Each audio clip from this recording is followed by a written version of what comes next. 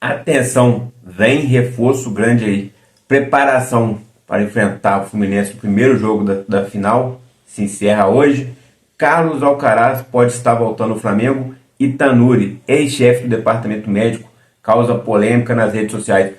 Tô chegando cheio de notícias, cheio de informação importantíssima do nosso Mengão. Peço a você que tá de cantinho que taca o dedo no like e se inscreve. Não custa nada, meu filho. Simples assim. Consegue me ajudar? Clicou no like, se inscreveu. Abençoado Fla, o seu canal de conexão com o Flamengo, nosso Mengão malvadão, que vai ganhar do Fluminense amanhã e no final de semana. E vamos ser campeão. Põe fé?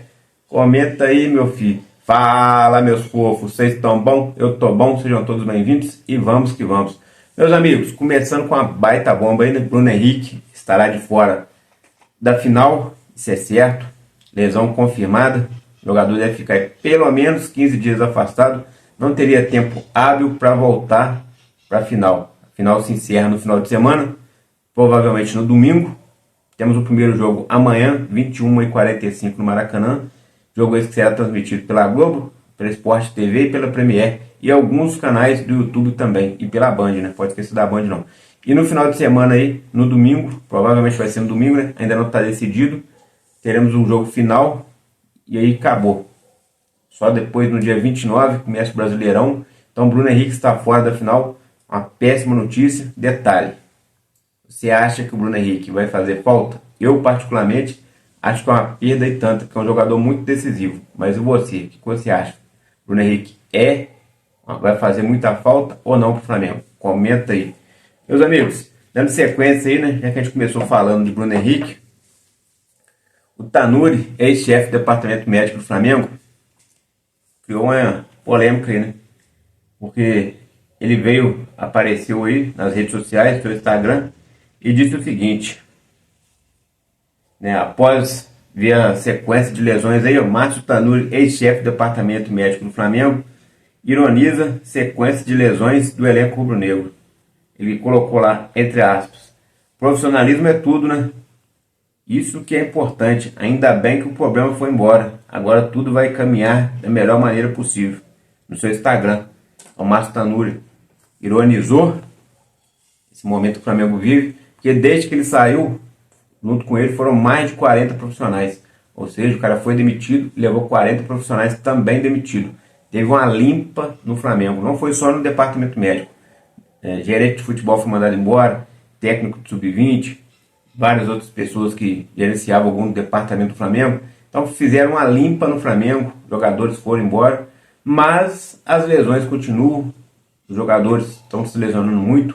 Mal começou o ano, a gente já conta aí pelo menos 6 lesões que tiraram jogadores de campo. Isso contando o Carioca, onde está tendo um revezamento muito grande de jogadores pelo Felipe Luiz. Ele está sempre ali poupando o jogador para não ter a carga muito alta, para não correr risco de lesionar. E mesmo assim, as lesões estão acontecendo. Há 3 anos o Flamengo convive com essa tristeza. Esse ano teremos mais de 85 partidas. Se tudo der certo, o Flamengo chegar ao final de tudo, terão mais de 85 partidas. E com isso, imagine como é que vai ser daqui para frente. Então o Flamengo tem um baita elenco, um elenco gigantesco, um elenco muito bom. Mas quando começa esse monte de lesão aí, associado às convocações para as seleções, o Flamengo fica totalmente desfalcado, o Felipe Luiz não tem nem quem treinar. Ah, mas esse ano a convocação, seleções, as paradas da data FIFA, vão parar também os campeonatos. Beleza, mas volta em cima da hora para a sequência.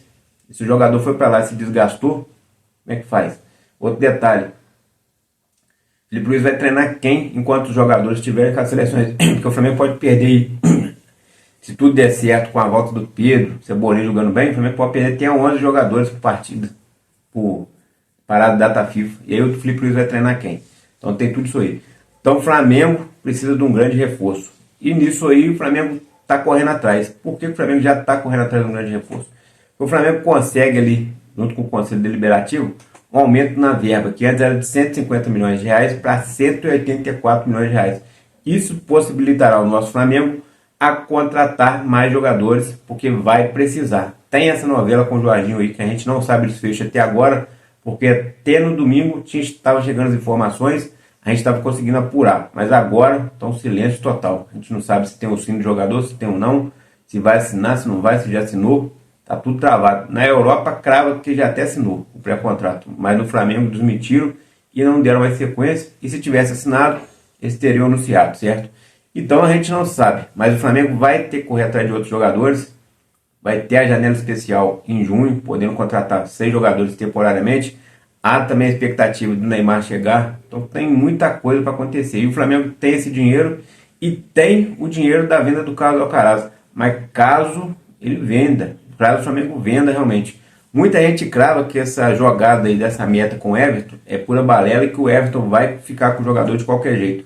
Mas a verdade é que até agora só fez 2 jogos apenas como titular. Nos outros ele entrou, já fez gol, já deu belos passes, mas jogos como titular fez apenas 2. E com isso não está batendo as metas.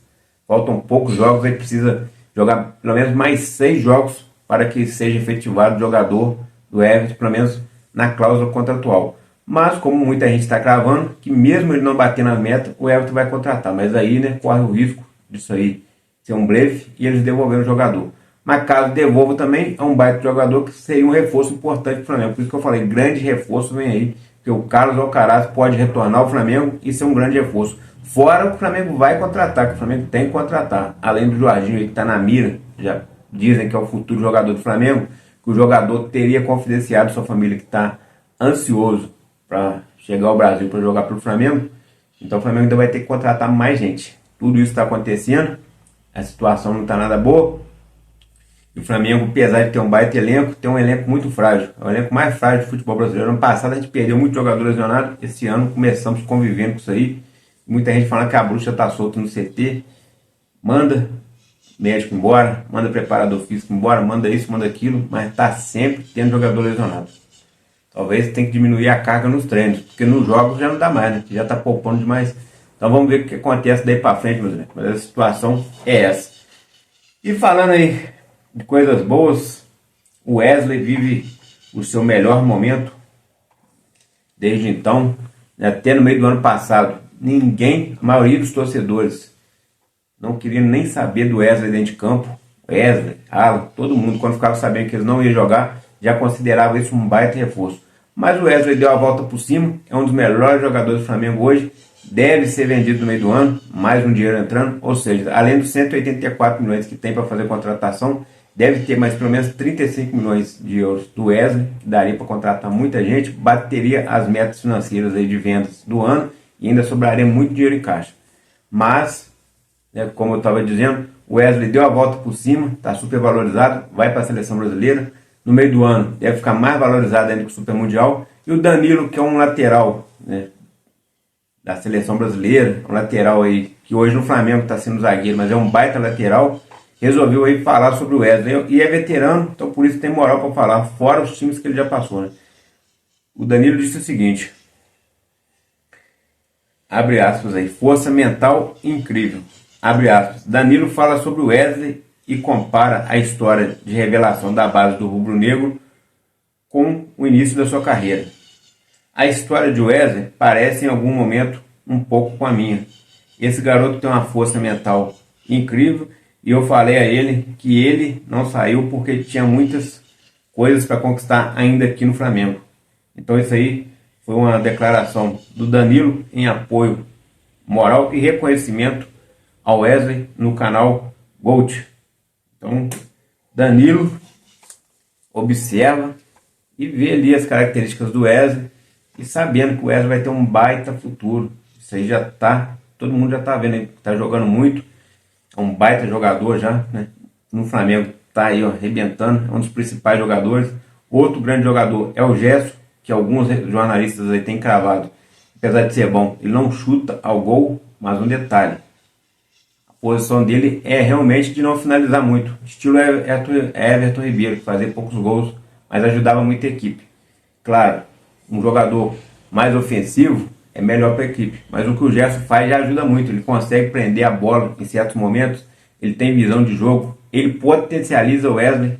As melhores partidas do Wesley são ali com auxílio do Gerson, ou seja, um entende o outro, bastante entrosado, e a gente está um pouco respaldado aí. Por quê? Porque a gente tem um outro lateral que é de seleção, que é o Varela, da seleção uruguaia. Tem jogado muito quando entra na lateral esquerda. O Filipe Luís agrada e gosta muito do jogador. E tem o Danilo, que faz a função da lateral direita. Mas mesmo assim, no meio do ano aí, com a saída do Wesley, o Flamengo deve contratar um novo lateral para poder estar ali, né, se reforçando, porque é muito jogo que a gente vai ter esse ano. A sequência vai ser forte e vai precisar. Gaston Martineiro aí, jogador uruguaio também, baita jogador. O Flamengo mira ele, pode ser que oficialize essa compra. Lembrando que ano passado o Flamengo quase contratou ele. Hoje ele joga no Racing, time que ganhou do Botafogo aí na Recopa. Então tem tudo isso aí para acontecer. O Flamengo não está de bobeira e deve fazer grandes contratações para o meio do ano.